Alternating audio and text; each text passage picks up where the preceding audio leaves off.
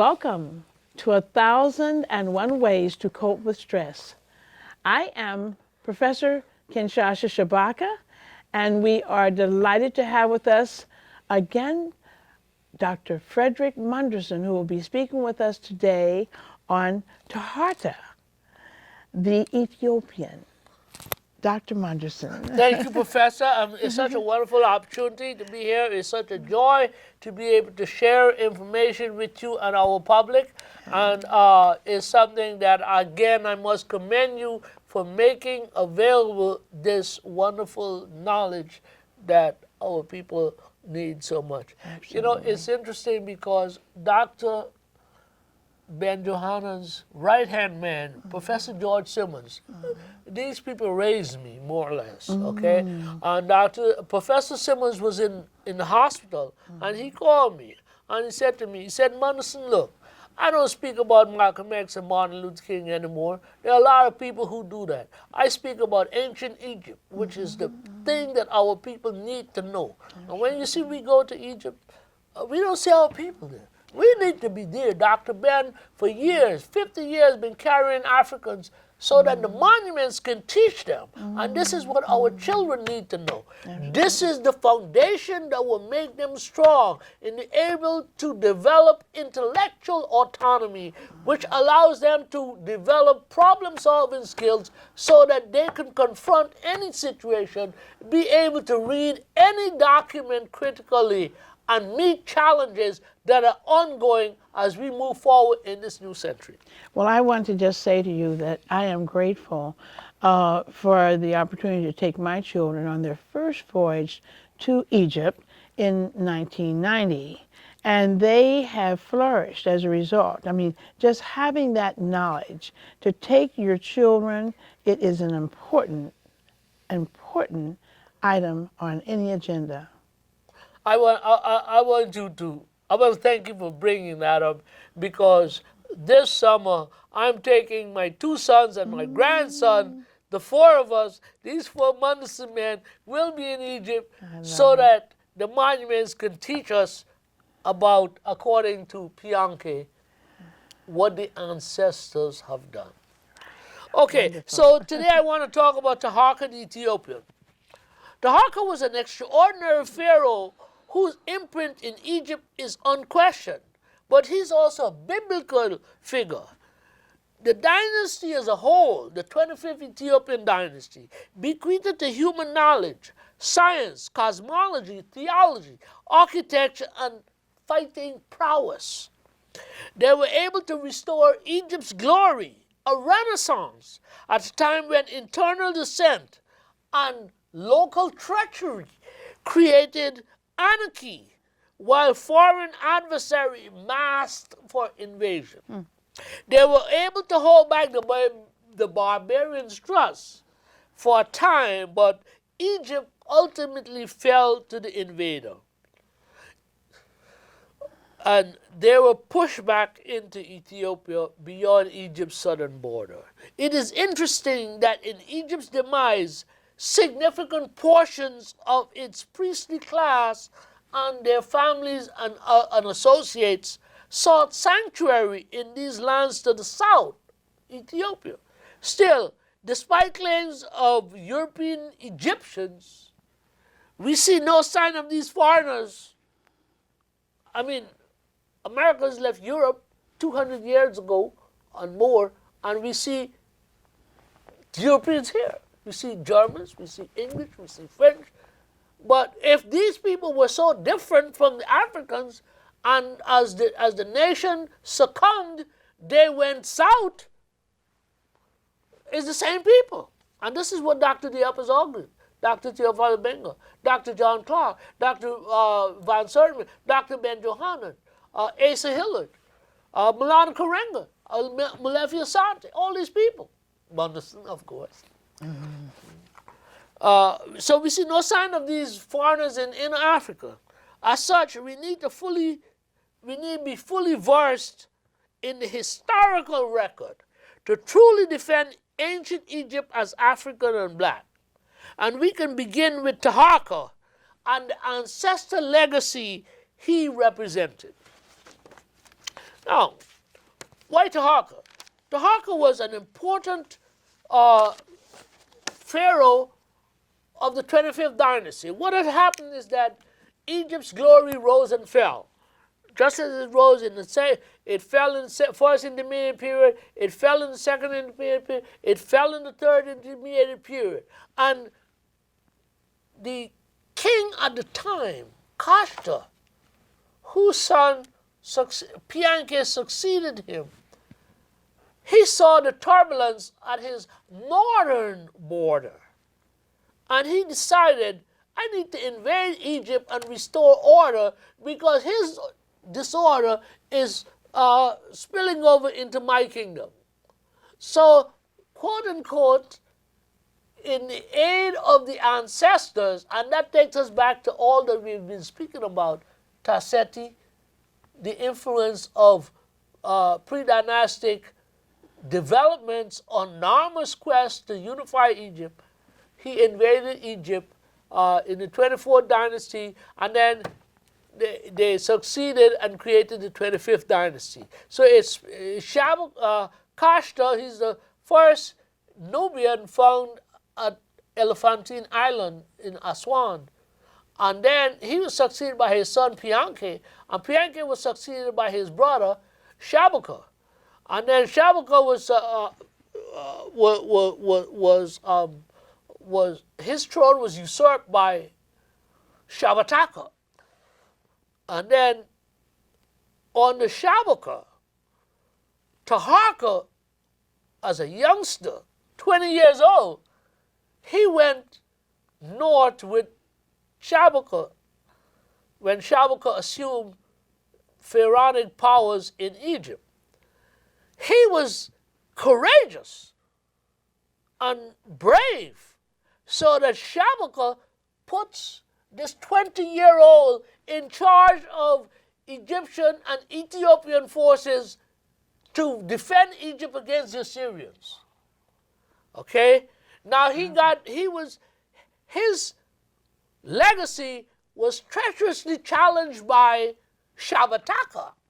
And he killed Shabataka and assumed control when it was his time to rule Egypt.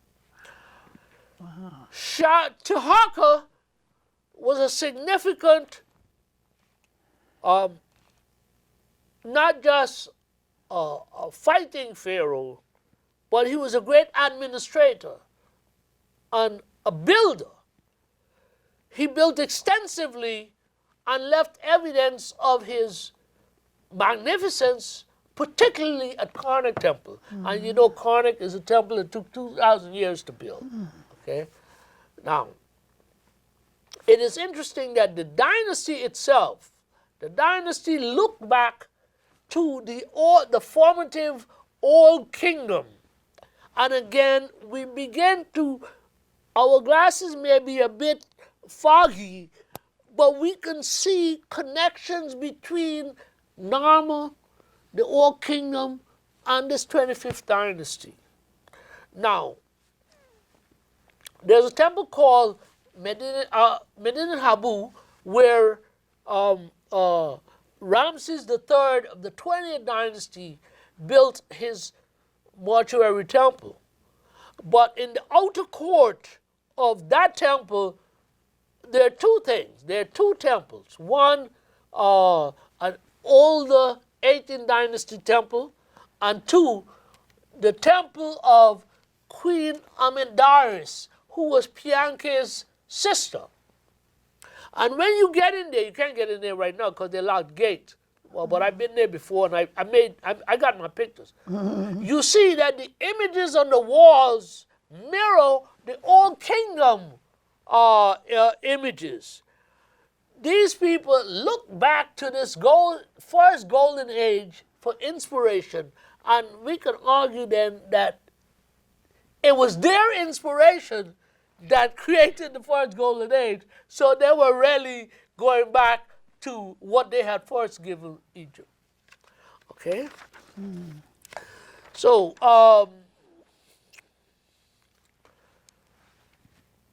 we had talked about the Shabuka stone and what it meant. In his book, In Pursuit of George M. James, Study of African Origins in Western Civilization, Dr. Ben Johanan, in seeking to explain the impact of George M. James's stolen legacy, one of the bases or the principal basis of Egyptian esoteric, philosophic, and religious knowledge writes, first of all, in chapter 7, in a description of the curriculum of the Egyptian mysteries. Through the curriculum of the Egyptian mysteries, it is not known that excuse me, it is not known that the African continent has given the following legacy to the civilization of the world. It consists of the following culture patterns. 1. Holy Catholic orders together with a priesthood divided into ranks according to training. 2. Holy Catholic worship consisting of rituals, ceremonies including processions and appropriate vestments of priests. 3. Greek philosophy and the arts and sciences, including the seven liberal arts, that is the quadrivium and the trivium, which were the foundation training of neophytes. These were included in the 42 books of thought, or Hermes. The applied sciences, which produced the pyramids, tombs, libraries, obelisks, and sphinxes, the war chariots, and the ships. And this here takes us back to where did Norman get his information from, okay? The social sciences, appropriate for the highest civilization in ancient times. And it tells you who to read: the Stromata of Clement of Alexandria, the mechanical triumphs of the ancient Egyptians, the history of mathematics, and so forth. Then he continued in chapter 8. Again, why we need to be critical in reading the evidence. 1. Memphite theology is actually the religious philosophy of the temples called Heliopolis by the Greeks. 2. An was founded by the Anu. These were a black race from the south of Egypt and beyond. 3. While Petrie identified 5 or 6 pre-Narmer kings, Amelinu in Diop's African origin civilization, myth or reality, gives 16 kings, which indicated that there was a system of government.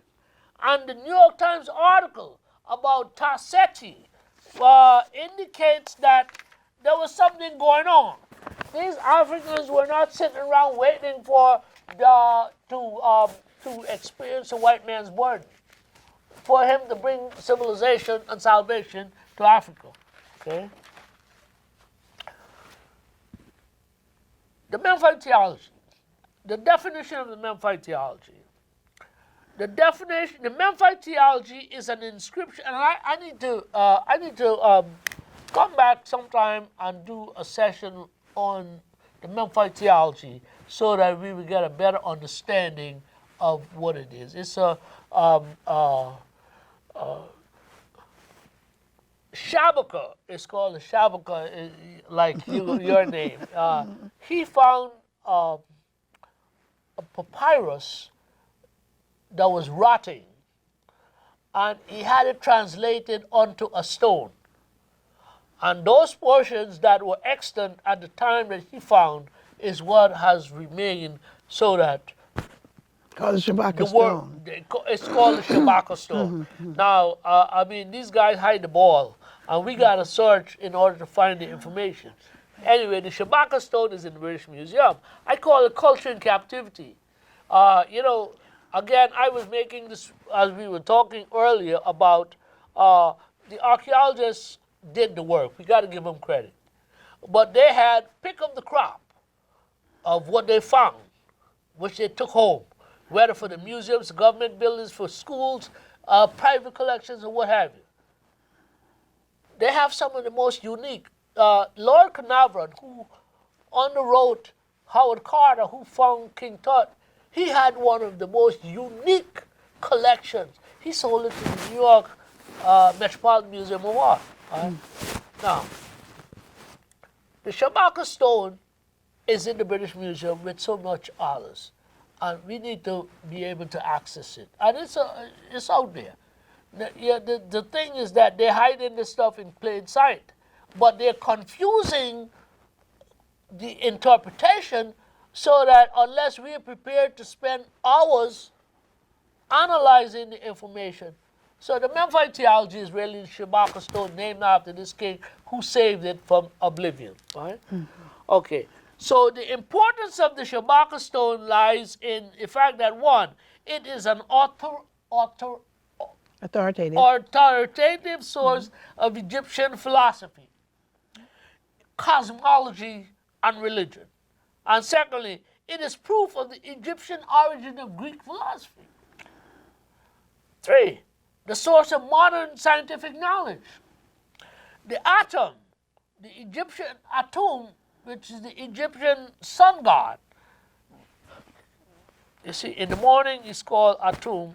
At midday is when the sun is high, is Ra, and in the evening I can't really think about it.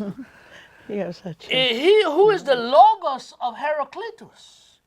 He's the demiurge of Plato and the unmoved mover of Aristotle. So different people in different times use the god for their own interpretation and presentation. And you got to uncover all of this so that you can get to the source and understand what it is that they're talking. In essence, then, they hide the ball in plain sight and you don't see it. He creates 8 gods by projecting them from his own body, thus producing 9 gods of the Ine or the Ennead. This is identical with the nebular hypothesis of Laplace, in which the original sun, our sun, creates 8 other planets by just kicking them pieces of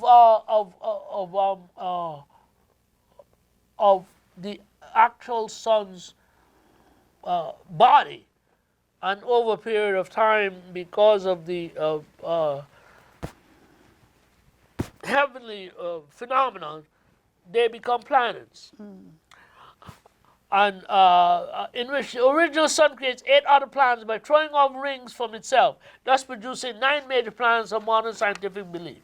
And B, it has been shown in pages 146 to 147 of this book, his book, Stolen Legacy, and it was published in 1954 by the New York Philosophical Society, that the name of Atum, the Egyptian sun god, is the same name used for the atom of science, and also that attributes both are the same.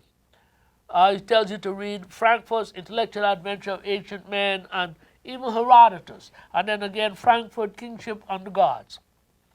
And it offers great possibilities for modern scientific research by stating that what science knows about A, the number of major planets, that's from the Memphite theology, how these major planets were created by the sun, and C, the attributes of the atom has been traced in the cosmology of the Memphite theology, which suggests that D, science knows only 1/5 of the secrets of creation. Wow. And therefore 4/5 of these secrets remain to be discovered. Consequently, the Memphite theology offers great possibilities of modern scientific research. They knew it. With all our accomplishments, we only know 1/5. In his book, African Philosophy, the Pharaonic Period, 2780 to 330 BC, Theophilo Benga, he was Dr. Diop's assistant. He talks about how the world came into being, that the universe was created by a divinity who was in another universe and stepped into this universe and using liquid matter created everything else that we've come to accept as existence.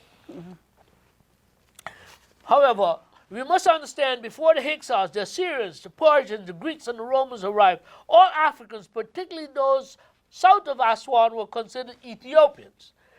Either pursuing vendettas, agricultural bounty, or on other riches, even seeking knowledge in Egypt, these marauders invaded and conquered their benefactors and competitive adversaries. In true European arrogance and unable to speak the language and pronounce the names of these Africans, the conquerors began changing the names of people and places. Thus, the modern claims of Caucasian anteriority to Egyptian civilization, coming as late as it did, was based on pure speculation, such as for some unknown reason, these people left their homeland and all they did was bring a superior mental attitude, which is simply arrogance, to say that I'm better than you are because of the color of my skin. In question to that assumption, we must consider, one, the Ishango bone markings of mathematics are 25,000 years. The Katanda artifacts were created at 70,000 BC.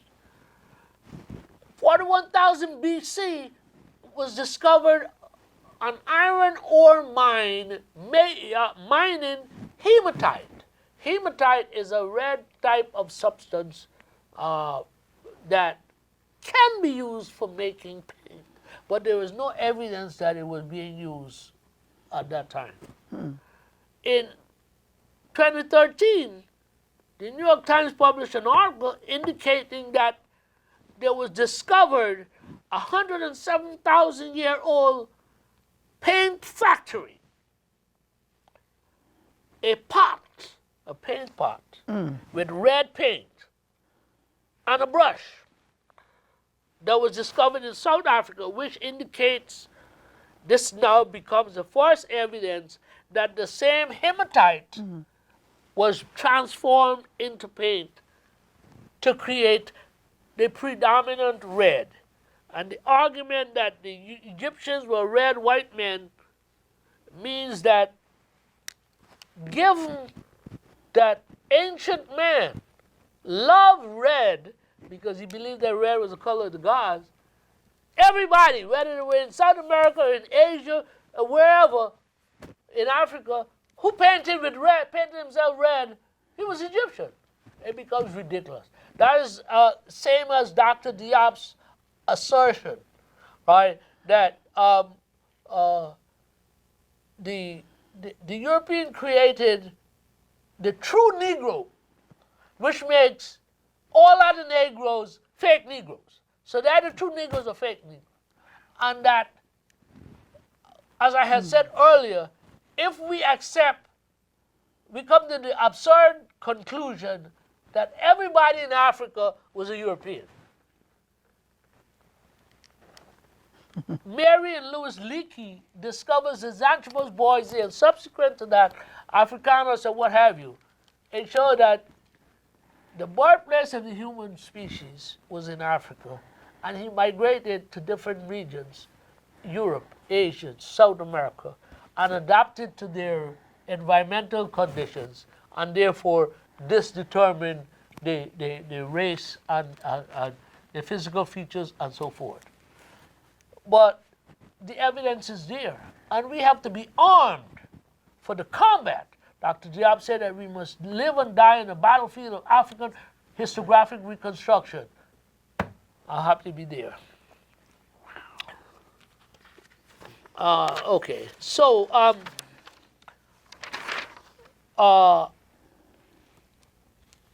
Taharka, our hero, assumes power,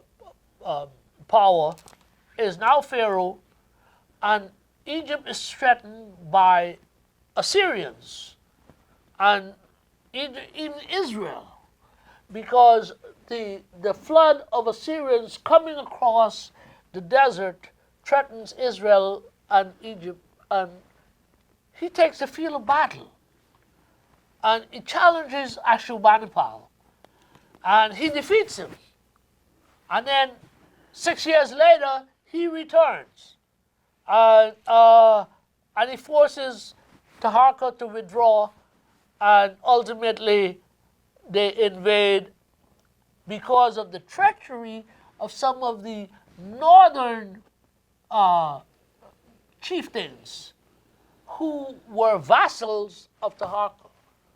You see, the whole question of, we talk about ancestors, are you going to stand up to defend, if you want to be an ancestor, are you going to stand up to defend the country against foreigners?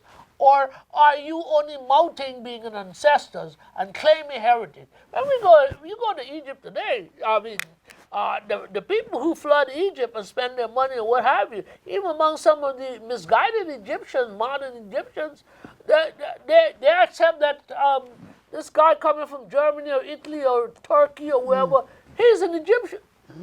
And it's interesting because the Nubians, who are the true Egyptians, or have the most link to it, and is a part of the progeny of the Taharkas and Piankis and Kashtas. They see the African American as a Nubian brother. They call us the Nubian Americans, you know. So